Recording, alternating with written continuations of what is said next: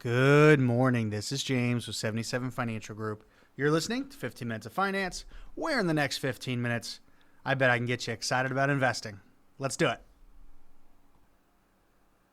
All right. Happy 4th of July, everybody. It is beautiful out here in sunny San Diego, Carlsbad, California. Me and the pup, we're in the office today. Stock market's closed, but we're still working. We're still putting together content and information to help you guys out.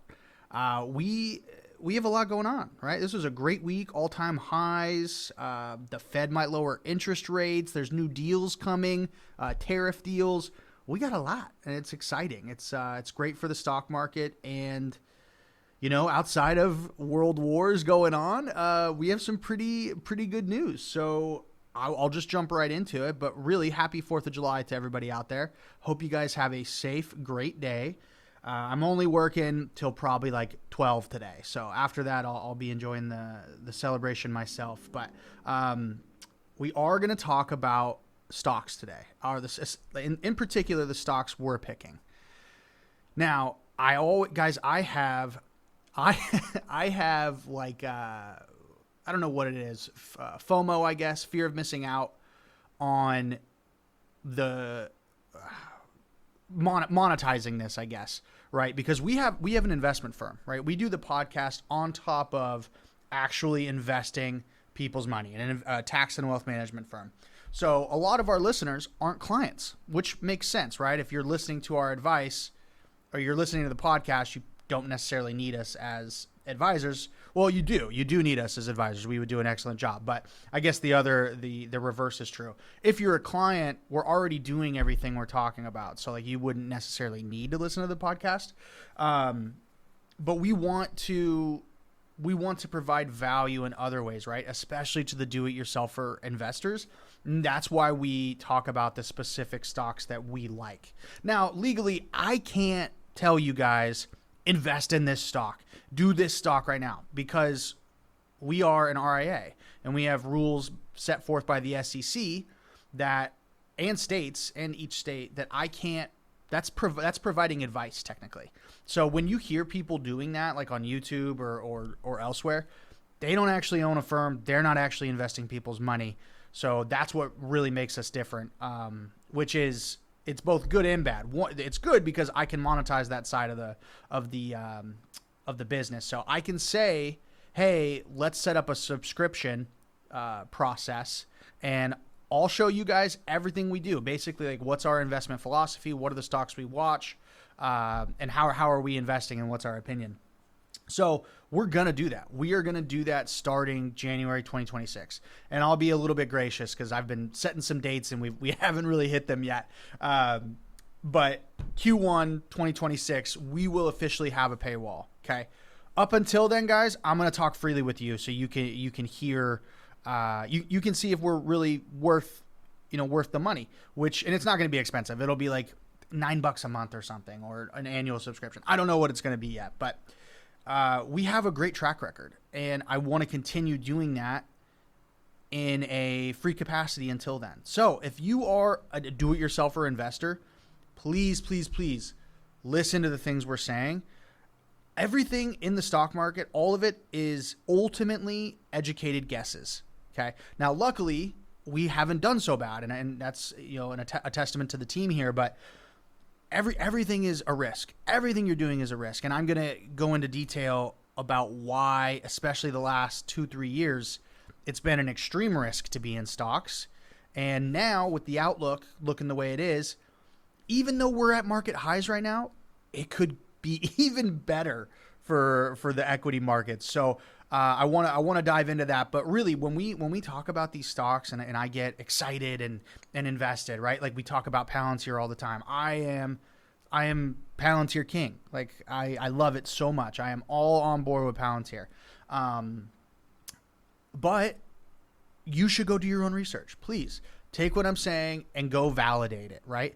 Brandon had a great episode, which I was not expecting him to hype me up as much as he did. It was a very pleasant surprise, especially in an industry where you're measured by your losers and not by your winners. So it was just a nice episode. You guys should go listen to that if you want to see a little bit of our track record up to this point with talking about stocks and the market and whatnot. But yeah, do your own research, please.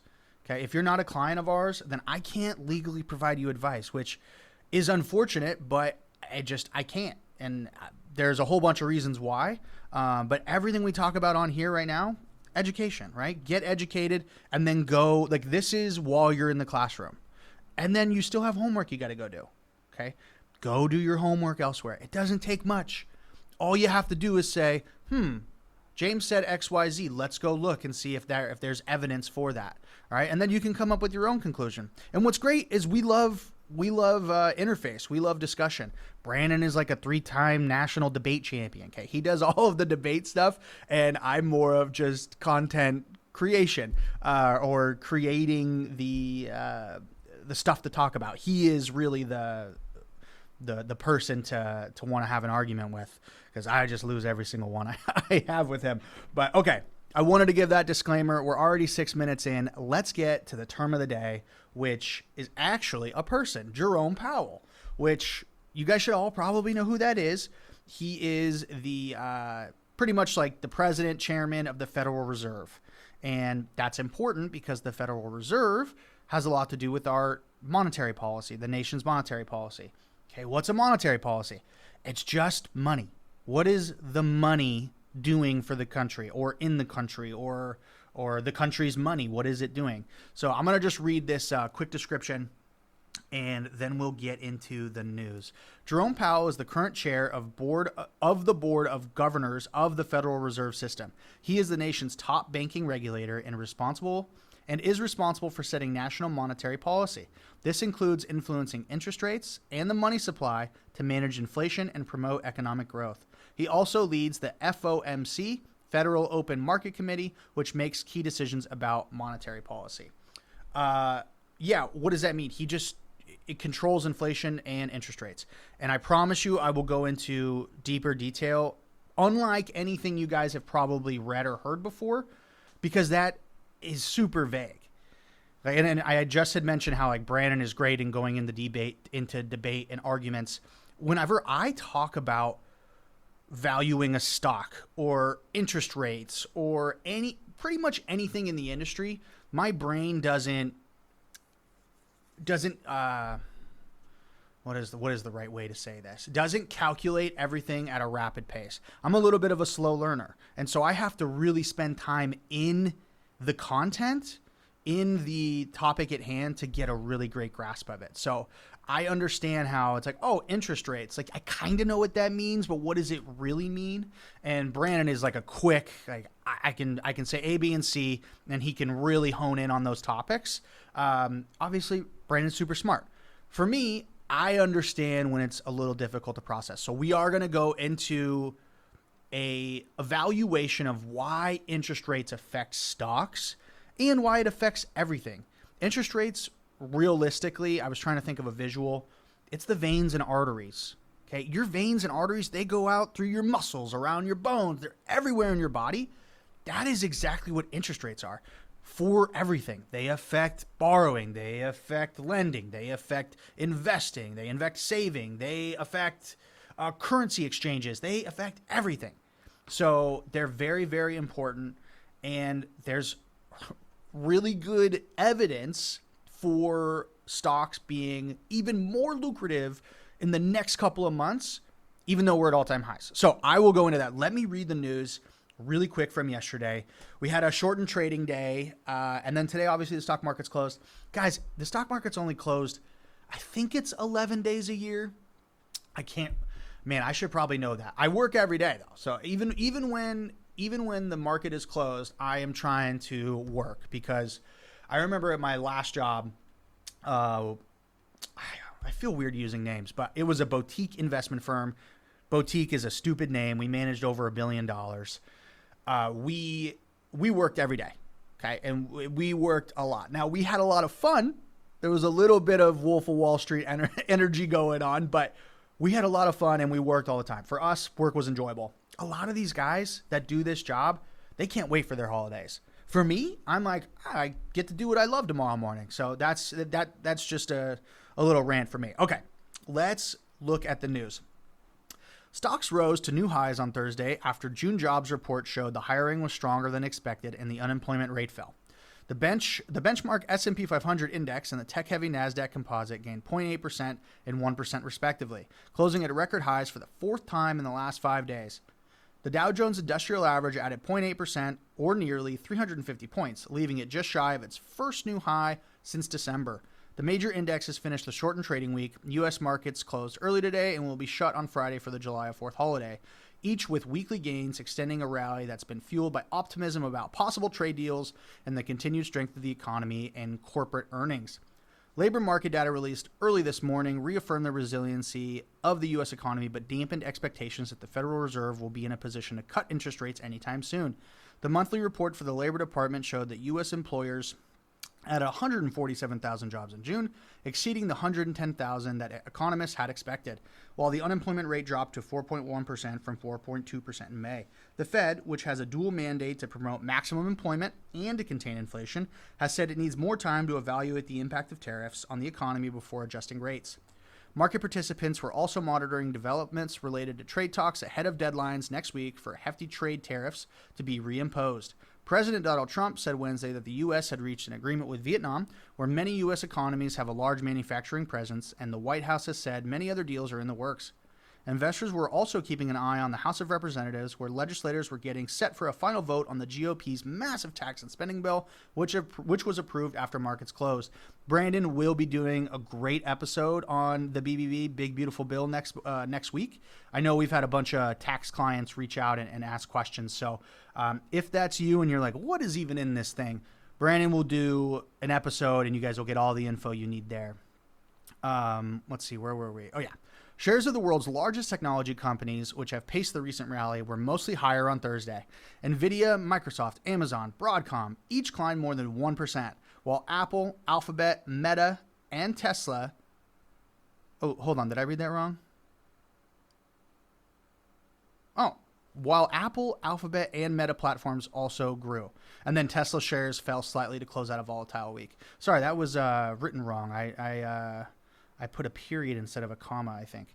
Anyways, it's 4th of July. I get a break. Okay, Datadog was the big gainer Thursday, with shares rising 15% after the S&P Global announced that the software firm would be joining the S&P 500 index on July 9th. The yield on the 10-year Treasury note, which affects borrowing costs on a wide range of consumer and business loans, was at 4.35% Thursday, up from 4.26% before the jobs data. The U.S. dollar index, which measures the performance of the dollar against a basket of foreign currencies, rose 0.4% to 97.16 after hitting its lowest levels since early 2022 on Wednesday. Bitcoin was at 109,800 in afternoon trading after climbing above 110,000 this morning for the first time since June 10th. The digital currency isn't far from its all-time high of around $112,000. West Texas Intermediate futures, the U.S. crude oil benchmark, slipped 0.7% to $67 a barrel, while gold futures fell 0.6% to $3,340 an ounce. Okay, let's talk interest rates real quick because... it's vague, right? Okay, interest rates. You kind of know what that means. Let's use the visual of the arteries and veins. It's interwoven everywhere. It's interwoven everywhere, and there's a sweet spot. So that's the visual of why interest rates are important, is they affect every part of the body, every part of the market economy. But now let's use raising them, right? If you raise rates, lower rates, what does that do? It's a lot like raising the temperature in a room. So think of it like a thermostat. If you raise interest rates, that increases the temperature. Now you're super hot. Now you're uncomfortable. You're sweating, right? That's not fun. What if you drop interest rates really, really low and now it's really cold in the room? Well, now you got to warm up, right? Now you're uncomfortable because you're cold. So there's a sweet spot window for interest rates. Okay, right now we have very high interest rates, or maybe not very high, but high interest rates. Probably should have been dropped months ago. Okay. Now, I understand why Jerome, Mr. Powell, waited, right? These tariff stuff, it does have an effect on the economy, and we do want to wait and see. The problem with that is we kind of already see how Trump is acting with these. These are all barks, right? There's no bite in any of these tariffs really.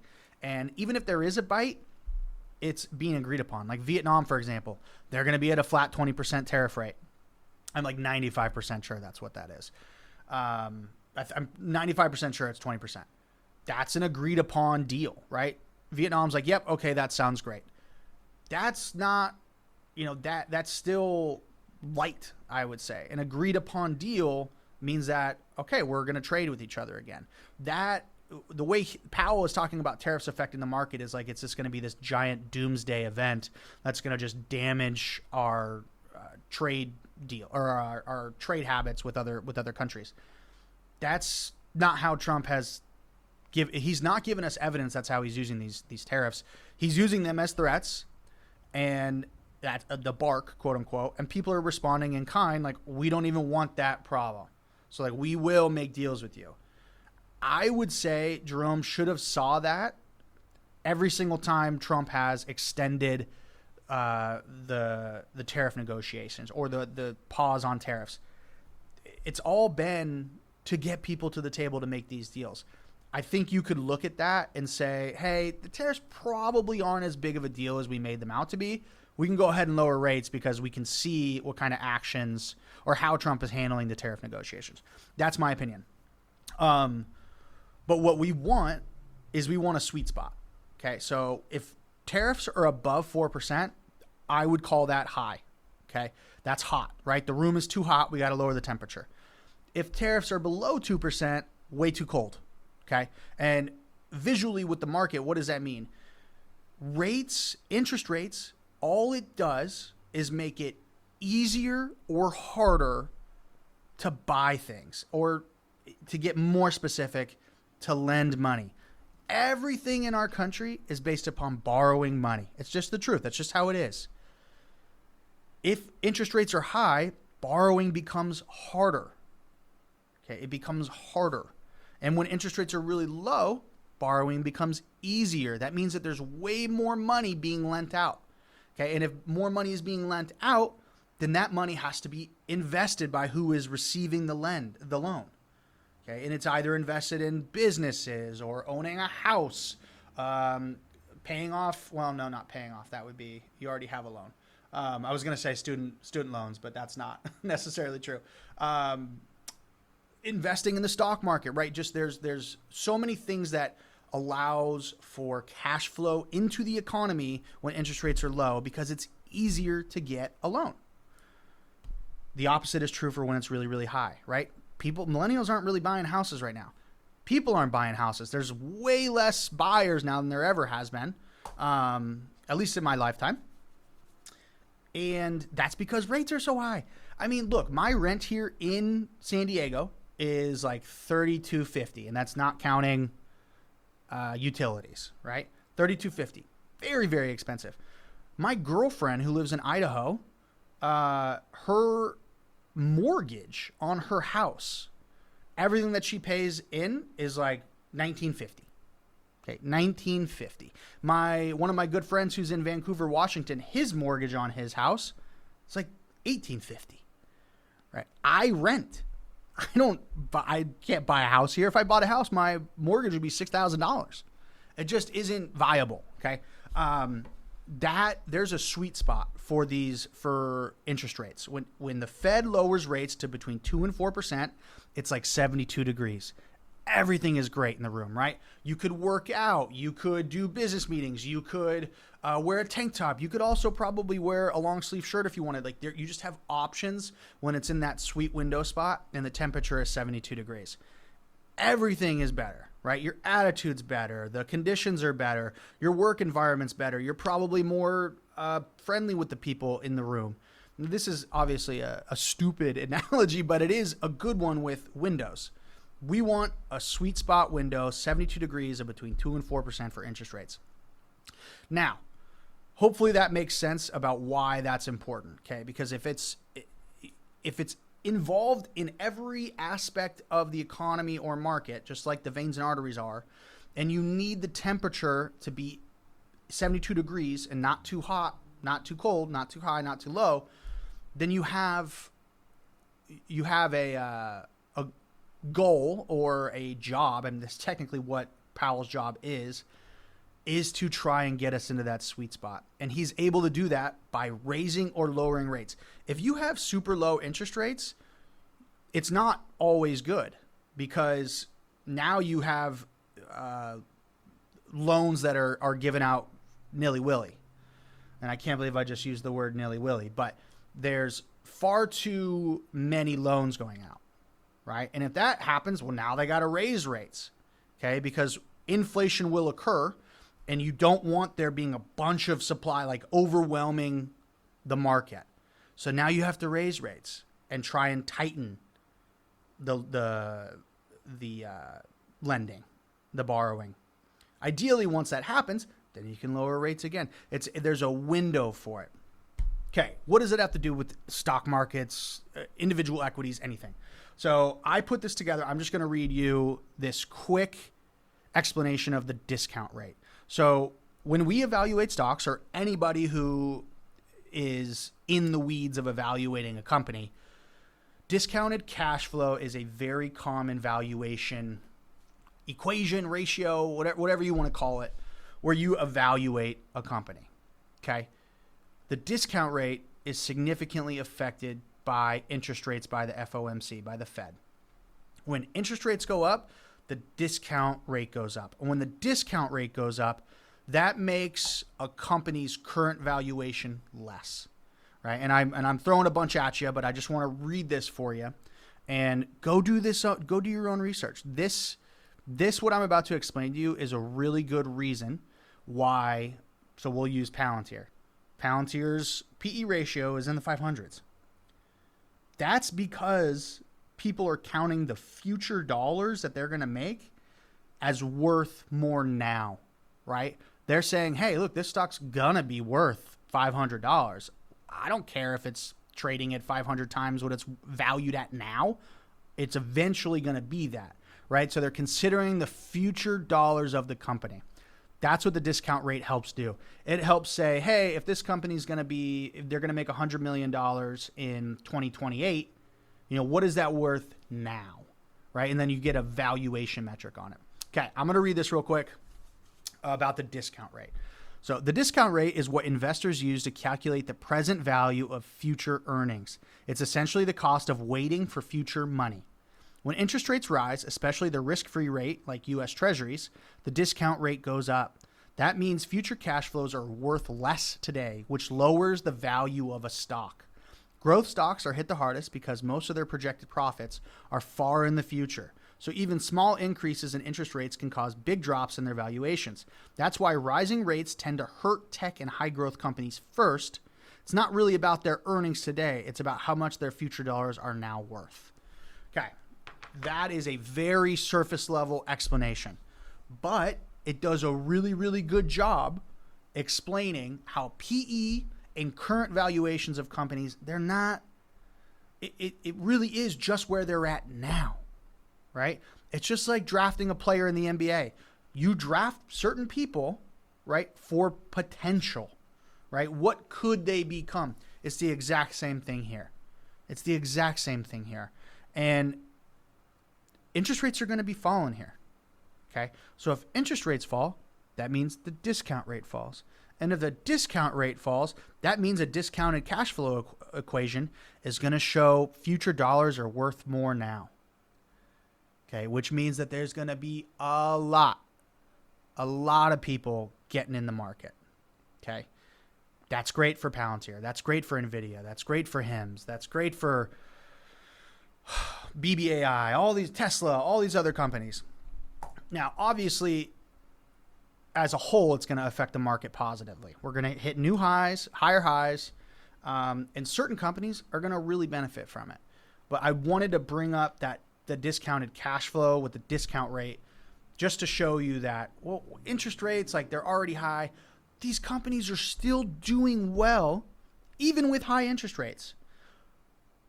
That's going to even exponentially increase more once rates fall. Okay. And there's something like $7 trillion just sitting in cash right now. That's going to get put into the market. Where's that going to go? right? And I'm getting super into the weeds here, but there's something called alpha, right? And this is the return you make above the rate that you would make for the risk you're willing to take. That is extremely complicated. But every stock that you invest in, there is a risk you're willing to take. Okay. And there's a return associated with that, right? There's an equation. I have to go look through. There's a bunch of them to evaluate this metric, but the efficient market hypothesis, the efficient frontier, modern portfolio theory, efficient market theory. There's all these different things, but effectively there is a return from a stock that you want, and there is a risk that you're willing to take to get that. Okay, when interest rates, let's just use this example. So your savings account in your bank, we'll just say it's 5% that they're willing to pay you. That effectively is considered a risk-free return. There is still risk to it. It's not as safe as the U.S. Treasury, but just for this example, we'll just use that. For you to want to invest in stocks, 5% is really good. Like, that's pretty darn good. Why do I got a risk to get, what is the, let me see. What would be a good example of this? Well, I mean, the average market is 10%. So we'll just use 10%. You're going to invest in the S&P 500 and risk a 40% drop, which could happen at any time. Or every year there's 5% drops that happen 3-4 times. So you're going to risk to get 10% to have guaranteed volatility and possibly have a 40% drop. Why would you do that when the CD rates they're going to give you 5%? Okay. That CD rate or that bank savings account rate is affected by interest rates. That gets higher. The savings rate, that 5%, is high because currently interest rates are high, determined by the Fed. So when they lower that savings account doesn't stay at 5%, right? That'll drop below 2-3%. Okay. That is called a risk-free rate, that 5%. Okay. The bank is saying, we'll do this guaranteed, no problem. There is a risk associated with investing in the S&P 500 or a stock. That alpha is what return are you getting above that risk. So you want a good alpha to earn on that stock. What above that 5% do you need to earn for it to be worth it to be invested in the stock market? And I'm getting super in the weeds here. And remember, I said I'm not Brandon. My details are, he's much better at explaining this. But there is a risk associated with every stock you invest in. And if the option is 5% from your bank or maybe 10% from the market, but also -40, it's very lucrative to say, let's invest in the CD or in the bank savings account. So there is interest rates affect how risk is associated to that stock. So when interest rates are low, stocks don't need to earn 5 times or 2 times what the CD rate is giving you. There is more money in the market, which lowers rates, okay, which increases the likelihood that stocks are lucrative. Again, I'm getting a little into it here, and I'm even partially overwhelming myself throwing this stuff at you, but there is a risk you're willing to take to be in the stock market. Because of that risk you're taking, that stock has to earn so much more than the risk-free rate. All right. Right now, we'll use Palantir. They're 460% from where they were a year ago, even though rates are high. So now that rates are going to lower, okay, that's going to lower the discount rate. That's going to increase cash flow in the market. These dollars are now going to go back into these stocks. Okay, it's going to be more money inflating these stock prices. So what overall am I saying with that? It's probably going to be a great next 18 months. Now, I'm assuming all things equal. Okay, if there is a bigger world war or terrorist attacks or something like that, all things equal, it will do well. But if those things occur, obviously those are variables I can't control, or you can't even really plan for them.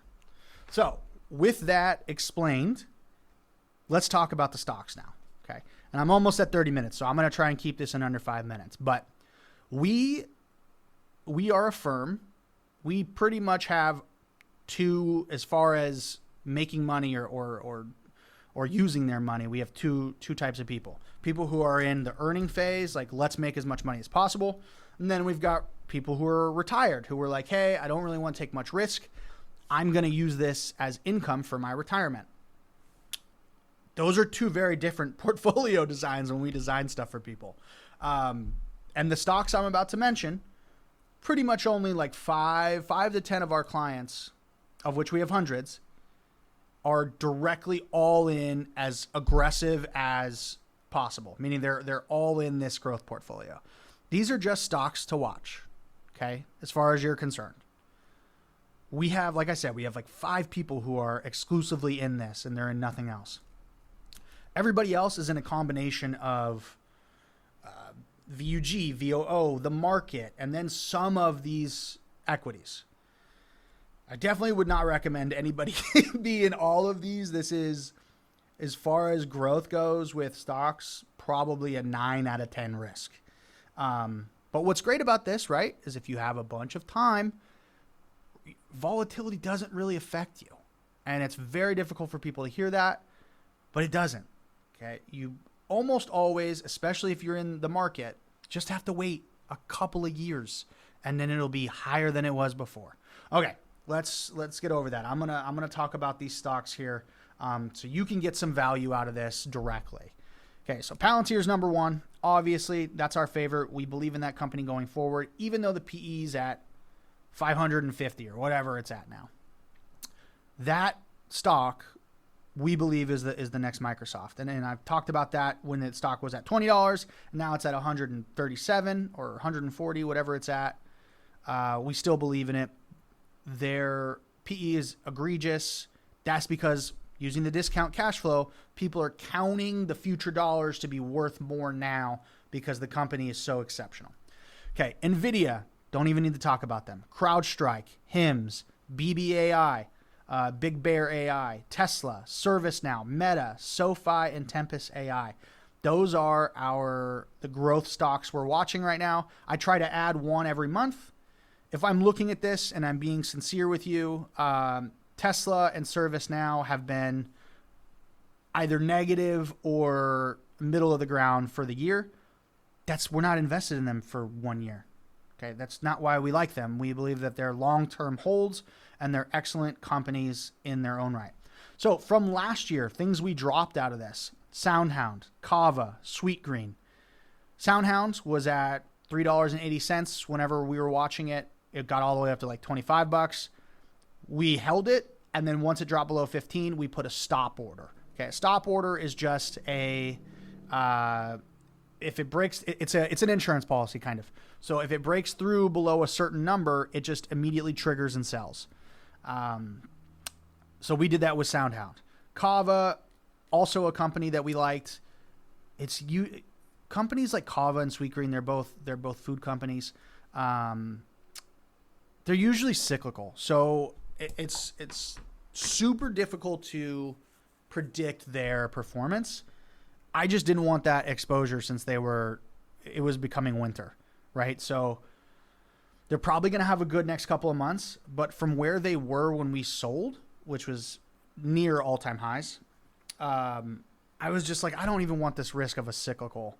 Like we don't know what's going to happen when Trump comes in. It was all these things. So I dropped that in January from stocks we're watching. Now, maybe they're on deck, right? I would still say I like them, but it wasn't good enough for me to say I'm comfortable putting someone in this at this time. Okay. Also, speaking on that note, I wouldn't put anybody in Palantir, NVIDIA, BBAI, or SoFi right now. They're at all-time highs. Now, I would definitely watch them for a drop or a dip because that's when that's how you take advantage of timing as best you can. It's very hard to do, but you just keep money on deck and you wait. You got to be patient.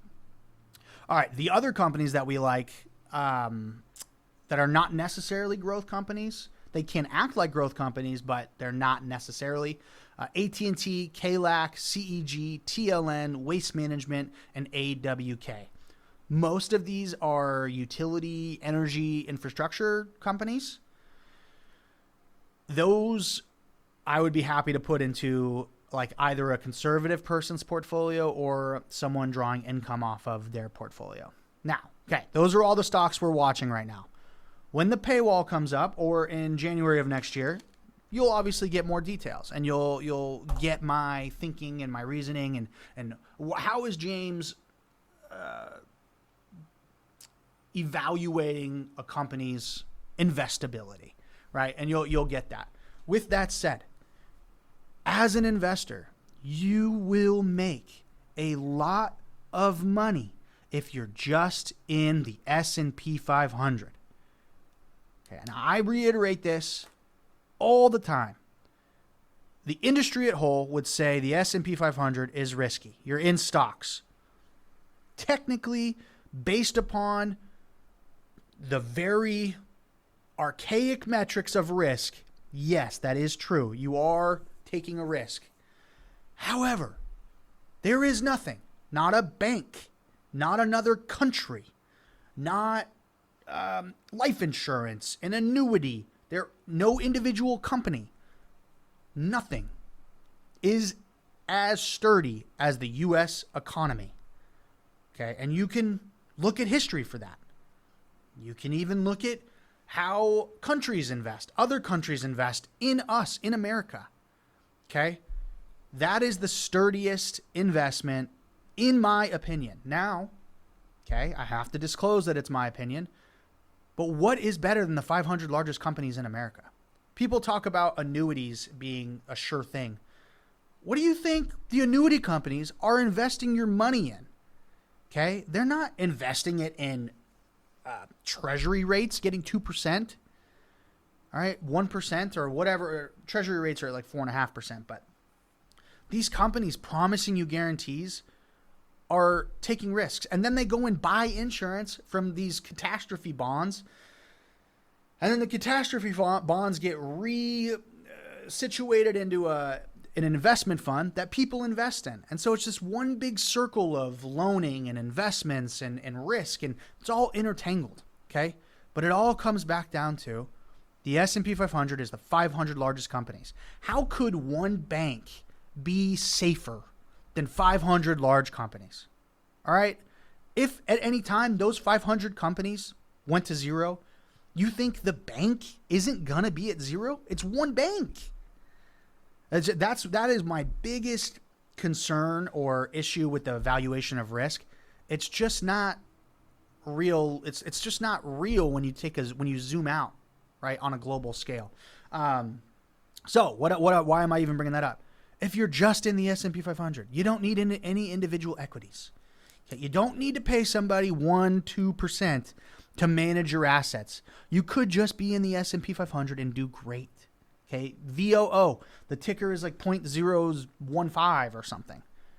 Okay, if you were to pay a financial advisor, they're most likely either going to pay someone like me to invest your money, or they're going to just put you in expensive mutual funds. Okay, it's bad. You don't need that. You can do this yourself.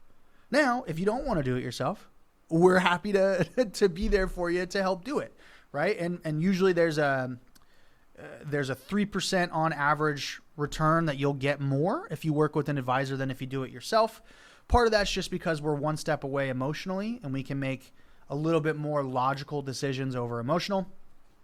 But yeah, look, those are the stocks we're watching. I hope you guys enjoyed learning about that. We've done really, really well with those companies, picking them. Again, not financial advice, just education for you to take a look at and hopefully learn something. Get excited about investing. All right, guys, that is it. I'm way over my time. As always, invest early, invest often. We'll see you next week.